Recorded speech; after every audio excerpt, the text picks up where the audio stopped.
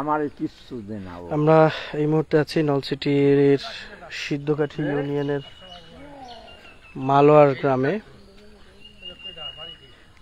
এখানে আমরা একটা রাস্তা দেখতে চাই, সেটা হচ্ছে মালোয়ার গ্রামের, এটা বলে দেলোয়ার তালুকদারের বাড়ি থেকে এটা গোরস্থান পর্যন্ত। মানে এই সড়কটির অবস্থা খুবই নাজেহাল। ওইদিকে কিছু ইটসলিং থাকলেও।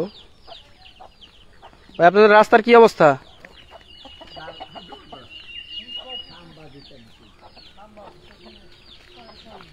আপনারা কি এই এলাকার? এই রাস্তা থেকে চলাচল করেন? কি অবস্থা দেখলেন রাস্তার ওদিকে? কি অবস্থা? এই তো ভিডিওতে যা দেখেন এইরকমই মানে। আপনাদের কি সমস্যা, সুবিধা অসুবিধা কি অবস্থা কি রাস্তা? গাড়ি চলাচলে তো সমস্যা, হাঁটা চলা করা যায়, কিন্তু বর্ষার সময় তো আরো সমস্যা হয়ে যায়। সম্ভব এই গাছের গাড়ি চলে নাকি? সম্ভবত চাকার খাদ দেখে মনে হচ্ছে ডাইশু খুব চরম খারাপ অবস্থা করে দিয়েছে। গাছের গাড়ি চলে মনে হয়। এই অসুস্থ রোগী যদি থাকে তাহলে আসলে তার যান বাঁচানোর মতো অবস্থা এর মধ্যে নাই।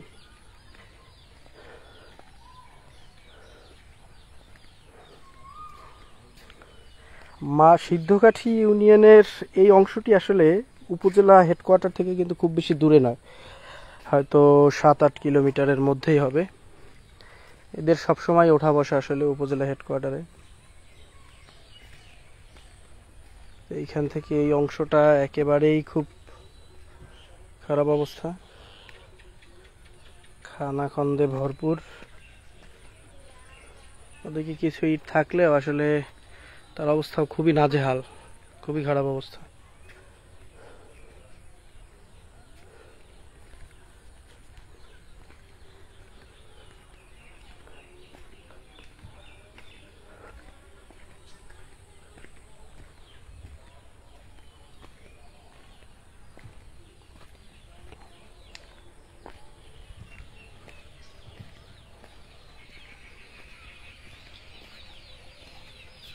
নলছিটির সিদ্ধকাঠি ইউনিয়নের আমরা মালোয়ার গ্রামের একটি রাস্তা দেখাচ্ছি।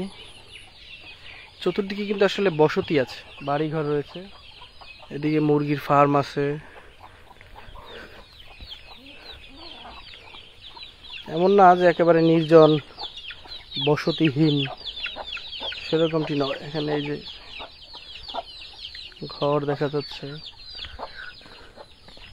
ওই কালগুলোর দরজায় ওই মসজিদও আছে, ওদিকে দুনিয়ার লোক চলাচল করে এই রাস্তা দিয়ে।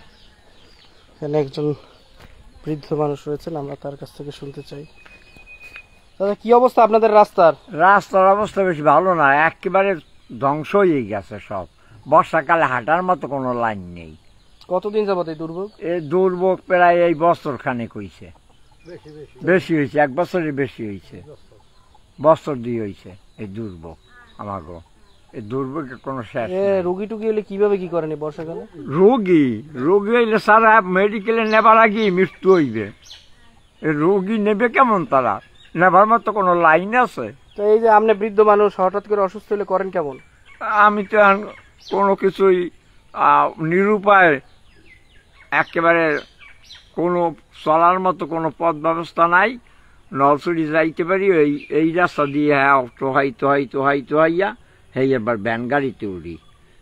এইবার মেডিকেল আছে নলছড়ি, এই মেডিকেলে এছাড়া তো আর কোনো উপায় দেখি না। আপনাদের কি দাবি? আমাদের দাবি এই রাস্তাটা হোক আর কি। আমাকে একটাই দাবি, শুধু এই রাস্তাটা হোক।